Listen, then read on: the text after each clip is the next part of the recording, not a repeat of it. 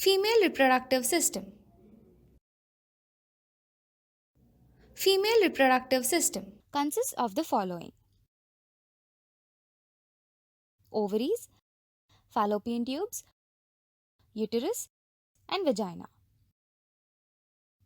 Ovaries. These are a pair of sex organs present on the either side of the abdominal cavity.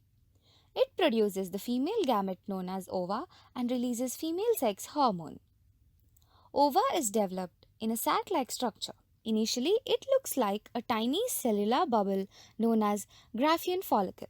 When the Graafian follicle gets mature, the surface of the follicle ruptures and releases ovum.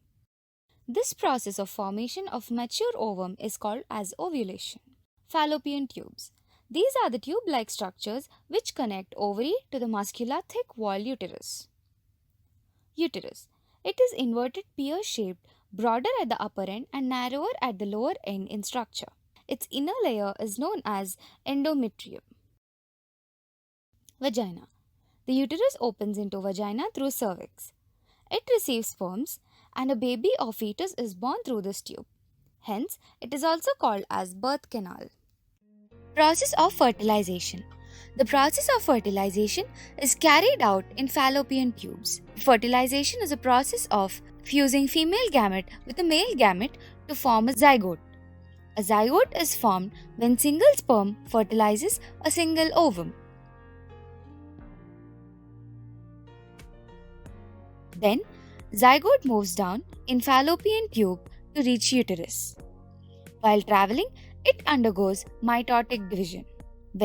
When it reaches uterus, it transforms into a solid ball of cell. The thickness of uterus layer increases after the completion of menstruation and waits to receive embryo.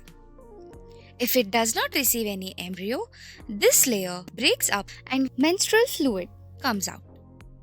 But if fertilization takes place, the thickness of the layer continues and it helps in nourishment of the embryo and in disposing the waste formed during the development of embryo.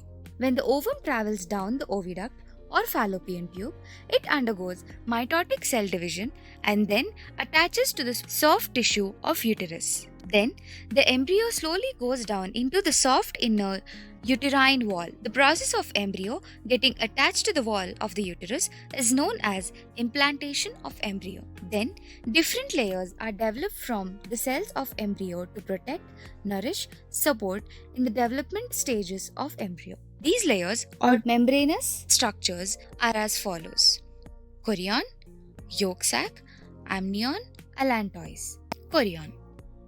Chorion is the outer membrane which consists of tiny finger-like projections. It is produced by the cells from embryo and the mother almost after 12 weeks of pregnancy. Placenta is a tissue formed by the chorion. A small pool of blood rapidly moves through these projections. However, no blood exchange takes place between the mother and the baby. The blood system of both mother and the baby is separated by a thin wall.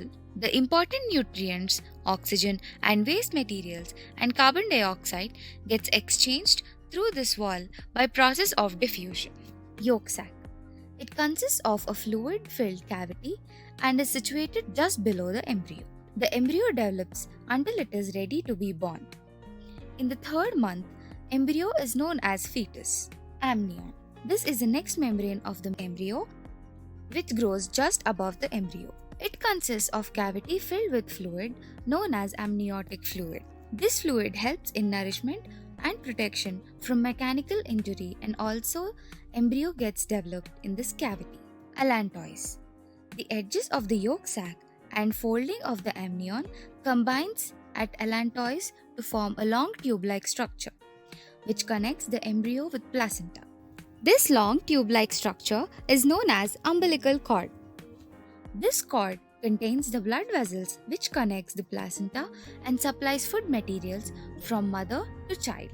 The period of pregnancy lasts for 9 months or 280 days and it is known as gestation period.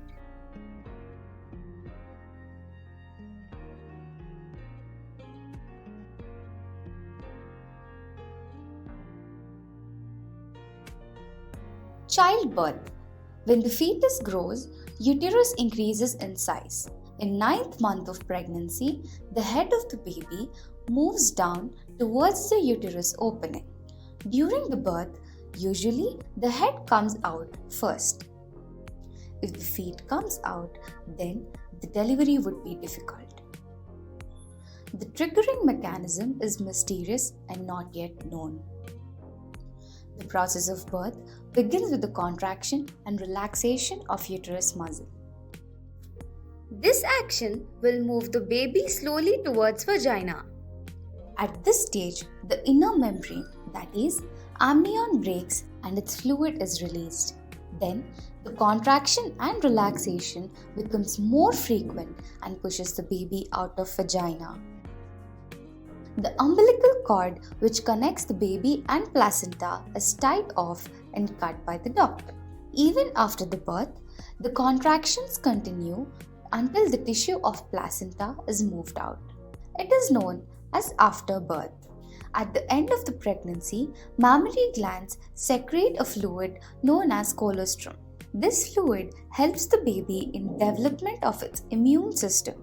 Then, finally, the menstrual cycle starts.